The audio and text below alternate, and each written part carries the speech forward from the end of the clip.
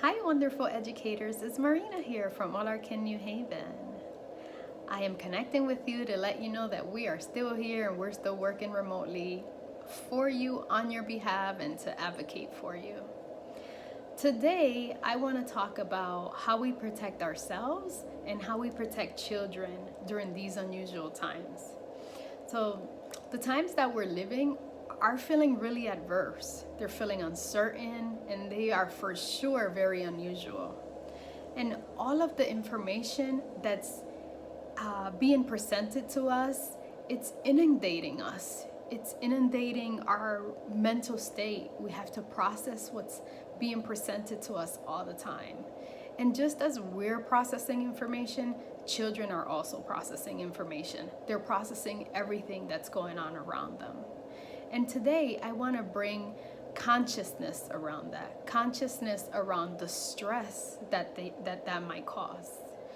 And one thing that it's really helpful when we're dealing with stress that's beyond our control is to track it and to be honest with ourselves that is what I'm feeling.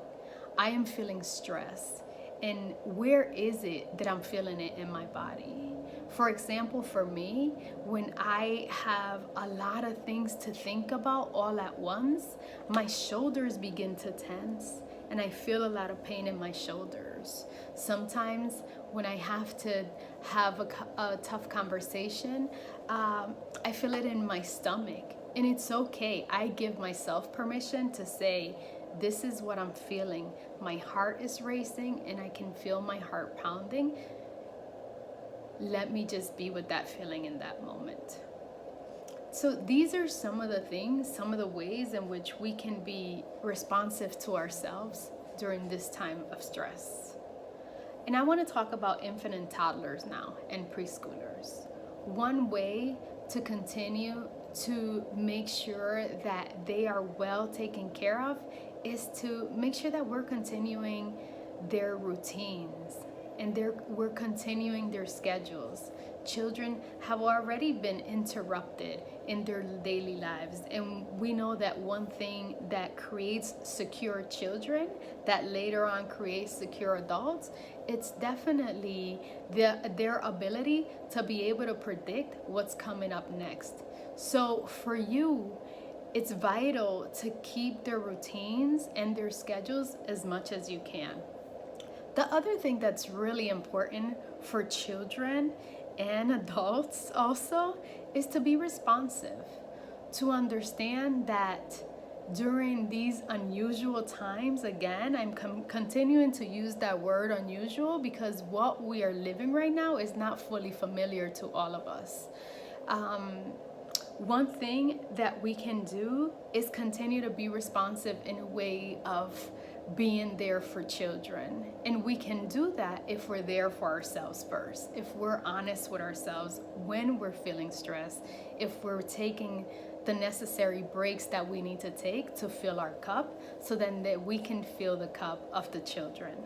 And so being responsive means when a baby cries, if you can't tend to the baby right away, you're gonna let the baby know, I'm coming, baby. And you're gonna use language to let the child know that you're there for them. Again, what this does is create a connection in them with you. And that what the message that sends to them is that no matter what, there's always going to be an adult there that can help them through this. And that's the most important and easiest thing you could do for children right now, infant, toddlers, and preschoolers, to help them through this. And another thing that's really important is to limit the exposure to news and adult conversation around them. You want to make sure that when you're feeling your own anxieties and you're having an adult partner that you're having this conversation with and you're working out your anxieties, that you're protecting the children from that. Because we want to make sure that they're feeling safe. And sometimes we ourselves feel unsafe when we don't have control over situations, and this spills over to children. So we want to make sure that we create a protection for them around that. I want to talk about some real help skills right now in the moment. And these are really short techniques that help when we all feel stressed. And one of them, really simple, is drinking a glass of water. Pausing, drinking a glass of water, and thinking about what you're doing in that moment. Holding the cup, taking in the water. Another thing that you can do is notice what's happening with you. What's happening with you, around you. For example, I mentioned earlier that when I feel stressed, I tend to hold it in my shoulders, and I'm really honest in placing a hand over my shoulder and saying, I'm feeling really stressed right now, or my stomach is feeling really tight right now because of the information that I'm processing. It's okay to give yourself permission to do that.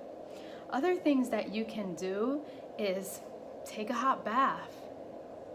Take some time, close the door, go away, take a hot bath. You can write, try to keep a journal.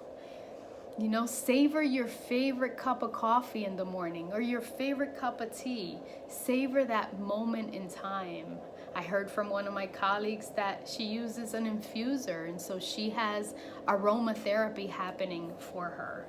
So these are really simple ideas and techniques that you can use right away to help us cope through the unfamiliar circumstances that we're living right now.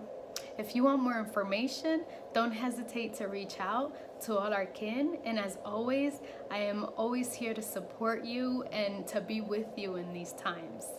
Take care.